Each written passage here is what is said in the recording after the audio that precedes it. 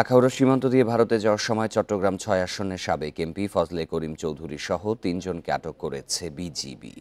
সকাল ৭টার দিকে আখাউড়া সীমান্তের আব্দুল্লাপুর থেকে তাদের আটক করা হয়। আমি তো মশলা বদলে ফেলেছি, এবার আপনিও বদলে ফেলুন। একবার প্রাণ গুঁড়া মশলা ব্যবহার করেই দেখুন। বিজিবি সদর দপ্তর জানিয়েছে, আটককৃত অপর ব্যক্তিরা হলেন আখাউড়া সাবেক মেম্বার হান্নান মোল্লা ও অভিযুক্ত মানব পাচারকারী নাইম চৌধুরী। আটককৃতদের আখাউড়া থানায় হস্তান্তরের কার্যক্রম চলছে। গত ৫ই আগস্ট অভ্যুত্থানে হাসিনা সরকারের পতনের পর থেকেই আত্মগোপনে ছিলেন ফজলে করিম চৌধুরী। তার বিরুদ্ধে চট্টগ্রাম ও রাউজানে একাধিক মামলা হয়েছে।